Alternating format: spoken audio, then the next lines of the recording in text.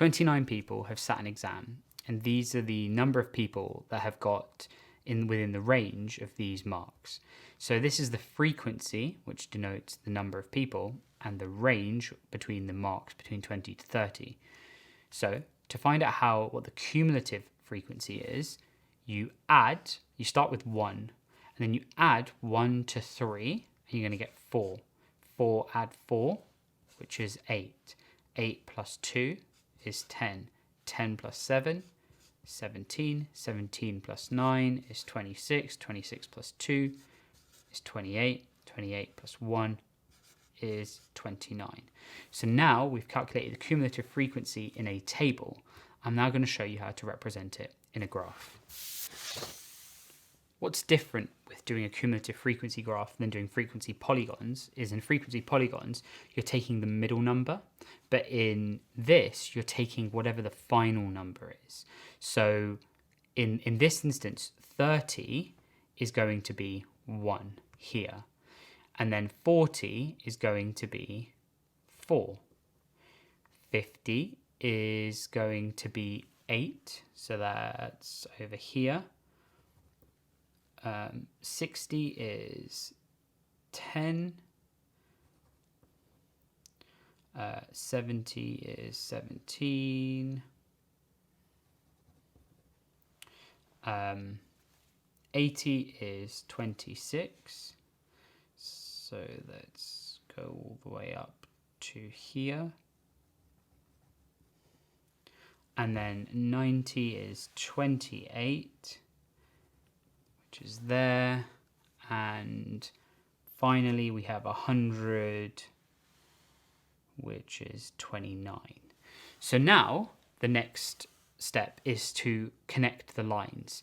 You wouldn't just make a curve that goes around. It would be a straight line. Now obviously when you do it, you use a ruler. Do not do what I'm doing here, because they're not going to be straight lines, and whoever your stats like that is terrible. It should be a straight line here, here, and here. So there's your straight lines.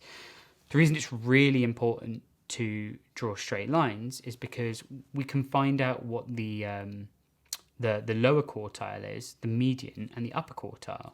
So the way to do that is to look on the y-axis, not the x-axis, the y-axis, and figure out what's the lower quartile that we're looking at. So with 29 being our amount that we're dealing with, it's going to be around 7.25. So if we go to 7 and here, and you put a line going across, again, please, for the love of God, use a ruler. You're now going to get a point here, which you're going to have to now graphically read, which is going to be, I'm going to say it's roughly 49. But then if we take the middle, which is going to be 14.5, so that's going to be about here.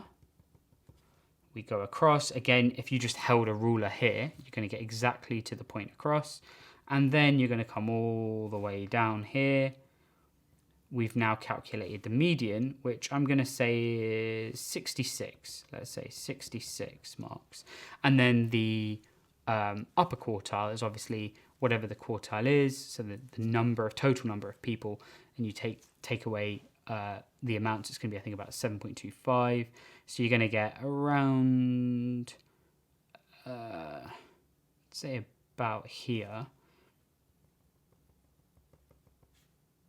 Oh no, let's do it should be about here actually, yeah. So it should be about there.